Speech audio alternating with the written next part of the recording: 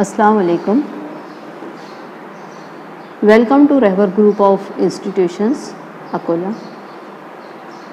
प्यारे बच्चों, आज हम स्टैंडर्ड 7 का लेसन नंबर 1 उसका आगे का पार्ट पढ़ने जा रहे हैं। Adaptation for injection of food in plants.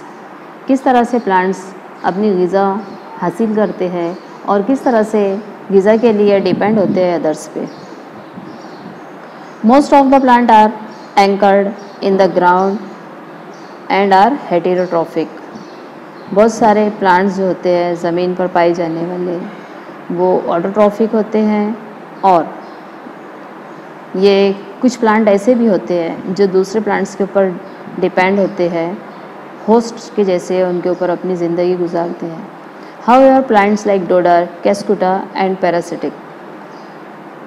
The plant body of dodder consists of yellow wire-like stem.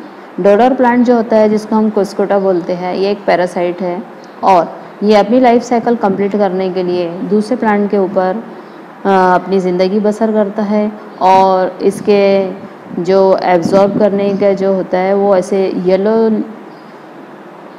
Ribbons के जैसे वायर के ऐसे होते हैं जड़ें, जिनके ज़रिए वो एब्जॉर्प्शन करता है, absorption of food material, water etcetera. It is leafless and can not perform photosynthesis.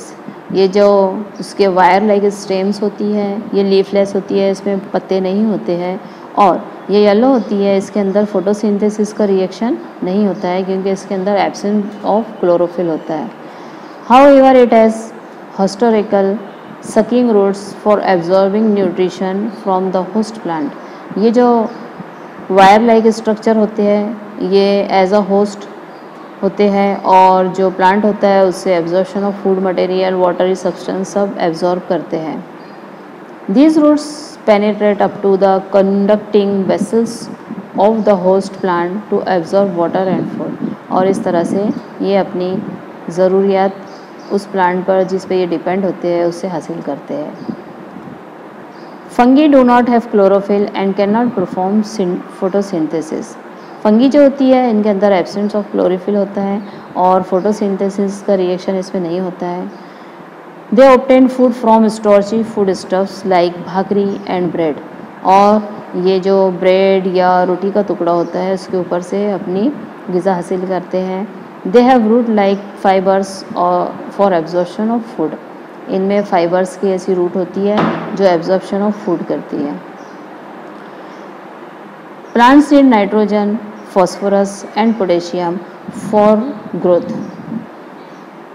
Plants को फॉस्फोरस, पोटेशियम और नाइट्रोजन की बढ़ने के लिए ज़रूरत होती है।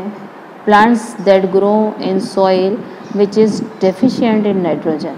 बहुत सारे प्लांट ज़मीन में उगते हैं जहाँ पर नाइट्रोजन की कमी होती है, like drosera sundew plant, Venus flytrap, pitcher plant etcetera. ऐसे प्लांट जिनमें नाइट्रोजन की ज़्यादा ज़रूरत होती है, ये अपनी नाइट्रोजन की रिक्वायरमेंट पूरी करने के लिए इंसेक्टिव ईटर होते हैं। ये कैचेस करते हैं इंसेक्ट्स को, इनको अट्रैक्ट करते हैं इन कलरफुल कलर से। इनमें एक स्मेल पाई जाती है, ऐसी खुशबू छोड़ते हैं जिसकी वजह से कीड़े मकोड़े इन तक के आते हैं, और फिर ये कीड़े मकोड़ों का शिकार करके उनके ज़रिए बहुत सारी नाइट्रोजन को हासिल करते हैं। डोरोसेरा, पिचर प्लांट, वेनस फ्लाई, ये सब इन प्लांट की खासियत है, और ये फ़ोटो में ये प्लांट को दिखाया जा रहा है। इसको वेनस फ्लाई ट्रैप बोलते हैं। ये पत्ते पूरे कंप्लीट बंद हो जाते हैं इंसेक्ट बैठने के बाद, और जितनी नाइट्रोजन की क्वांटिटी इनको सॉइल से नहीं मिलती है, ये इंसेक्टिव ईटर होते हैं, और इंसेक्ट का शिकार करने के बाद इससे ये नाइट्रोजन हासिल करते हैं। इसके आगे का पॉइंट है हमारा अडाप्टेशन इन एनिमेलिया। अडाप्टेशन इन एनिमल्स। एनिमल्स में अडाप्टेशन कैसा होता है, अब इसमें आपको फिशेस बताई जा रही है। Make a list of animals in your surroundings. Compare the diversity of animals listed by our friends with your list. Discuss the food habits, characteristics of body structure like vertebral column, wings, gills, तेल etcetera and prepare a chart. मछलियाँ जो होती है ये पानी में तैरने के लिए अपने बॉडी को किस तरह से इनका बॉडी कश्ती नुमा होता है। इनमें सांस लेने के लिए गिल स्लिट्स होते हैं, इनको फिन्स होती है जिसकी मदद से ये पानी में आसानी से एक जगह से दूसरी जगह तैरते हैं। और जो उनकी दुम होती है, दुम की मदद से वो किस तरह से पानी के अंदर अपनी डायरेक्शन चेंज करते हैं। कुछ मछलियों में स्किन के ज़रिए भी रेस्पिरेशन का रिएक्शन होता है। कुछ मछलियों में लंग्स पाए जाते हैं। बड़ी मछलियाँ जो होती हैं उनमें लंग्स भी होते हैं ताकि वो रेस्पिरेशन कर सकें। तो यहाँ पर आपको मछली का एक बताया जा रहा है जिसमें इसका रेस्पिरेटरी सिस्टम का जो है सांस लेने का अमल गिल्स के ज़रिए होता है। ऑक्सीजन की क्वांटिटी वो पानी के अंदर से एब्जॉर्ब करती है। फिन्स होते हैं जिनकी मदद से वो तैरती है। इनकी बॉडी के ऊपर स्केल्स पाए जाते हैं। ये स्केल्स इनके बॉडी को चिकना बनाए रखते हैं। एक किस्म का इसमें से ऑयल सीक्रेट होता है जिसकी मदद से इनकी बॉडी चिकनी होती है और पानी में ये आसानी से तैरते रहते हैं। As compared to terrestrial animal, the skin and body shape of aquatic animals appear to have undergone change. Fishes have scales on the skin and fins on their body. Their body tapers towards both its ends, like a spindle. Fish breathe with gills instead of a nose. मछलियाँ गिल से सांस लेती हैं नाक के बदले में।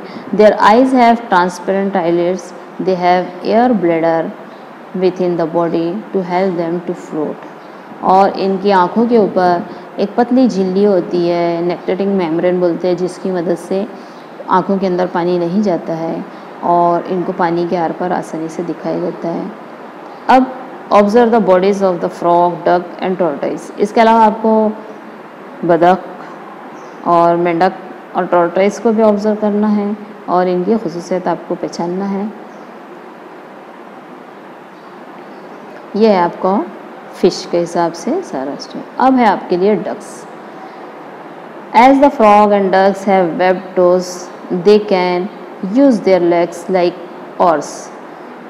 मेंढक और बतख के पैर इस तरह से जुड़े हुए होते हैं झिल्ली की मदद से और ये अपने पैरों का इस्तेमाल चप्पू के तौर पर करते हैं पानी में तैरने के लिए। Water flows off the waxy feathers of birds like duck and water hen, ये इनको आसानी से तैरने में मदद करते हैं। और इनके जो पर होते हैं उसमें से एक ऑयल के साथ लिक्विड निकलता है जो इनके परों को स्लिपरी बनाता है और पानी से पर गीले नहीं होते हैं।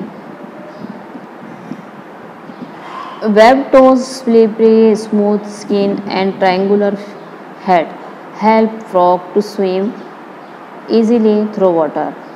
इसी तरह से मेंढक का जो सर होता है मुसल्लस नुमा होता है, बॉडी शॉर्ट होती है, पीछे के पैर लंबे होते हैं, सामने के छोटे होते हैं और उनकी स्किन उनको पानी में सांस लेने में मदद करती है।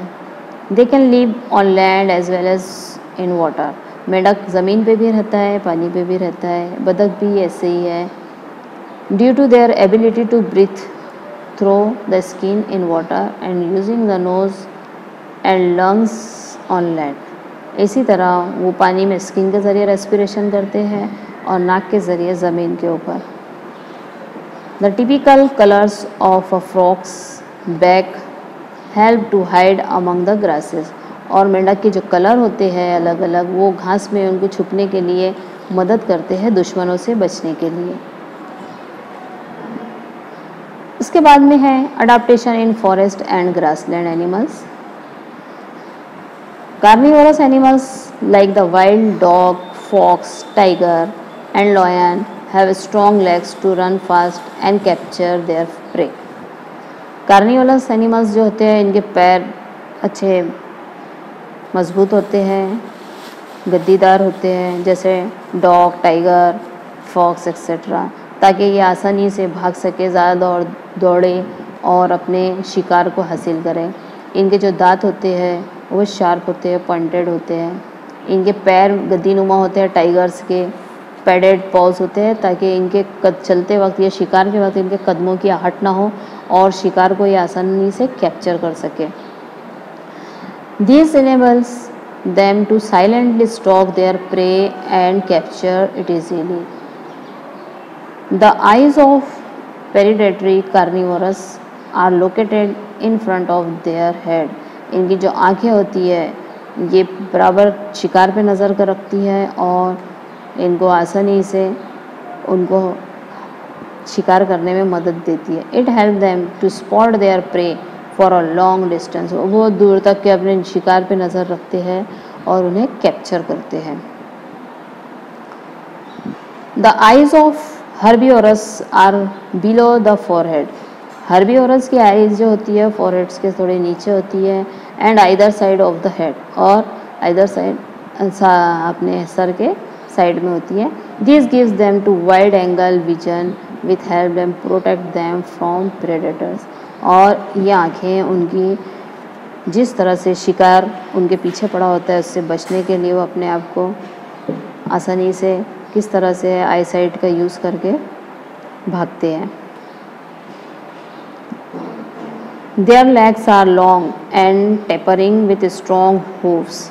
उनके पैर काफ़ी लंबे होते हैं और उनके जो तलवे होते हैं वो उनको टेपरिंग उछलने में मदद करते हैं ताकि वो फास्ट भाग सके। With enable them to run fast taking long hips. इसीलिए वो ज़्यादा चौकड़ी भर के दूर तक के लंबे भागते हैं। Their long and freely moving ear can receive sound from long distance and different direction.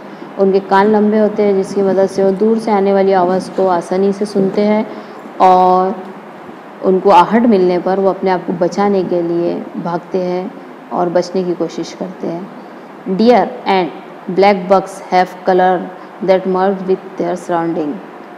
Black bucks दो हिरन होते हैं, ये इनमें एक खासियत होती है कि वो सराउंडिंग के हिसाब से अपने स्किन को चेंज करते हैं और their teeth are strong for chewing tough plant material. और उनके दांत जो होते हैं मजबूत होते हैं ताकि वो हार्ड चीज़ों को चबा सके।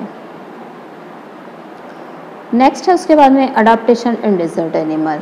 डिजर्ट एनिमल में कैसा अडाप्टेशन होता है, किस तरह से रेगिस्तान में रहने वाले एनिमल्स अपने आप को एटमॉस्फेयर के हिसाब से ढाल लेते हैं। यहाँ पे ऊँट बताया जा रहा है आपको, चूहे, बोरोइंग बिलों में रहने वाले, स्पाइडर, गोम वगैरह, ये जो होते हैं अपने आप को किस तरह से रेगिस्तान के एरिया में बचाते हैं।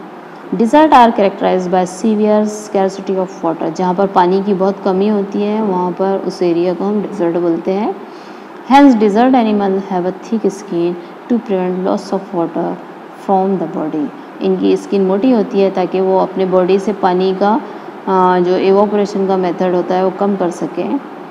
Their legs are long with flat and cushion sole. इनके पैर लंबे होते हैं और पैर में कुशन के ऐसा होता है।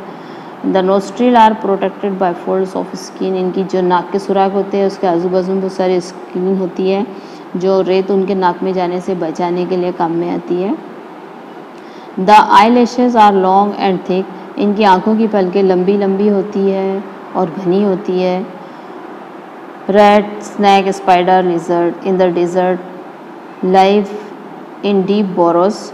इसके अलावा चूहे, गोम, छिपकलियाँ, मकड़ियाँ यहाँ पाई जाती है जो बिल बनाकर ज़मीन रेत में रहती है और दिन में वो सूरज की रोशनी से धूप से बचने के लिए ज़मीन के अंदर काफ़ी गहराई में चले जाते हैं और रात में जब शाम का वक्त ठंडा होता है उस वक्त वो बाहर आते हैं, शिकार करते हैं और इस तरह से डिज़र्ट एनिमल अपने आप को चेंज करते हैं रेगिस्तान के हिसाब से। तो बच्चों यहाँ तक के हम आज पढ़ रहे हैं, इसके आगे का हम इंशाल्लाह कल देखेंगे। उम्मीद है आपको हमारे साइंस के वीडियोस पसंद आ रहे होंगे। तो इस तरह से आप हमारे रहबर चैनल को सब्सक्राइब कीजिए, लाइक कीजिए और शेयर कीजिए। थैंक यू, शुक्रिया।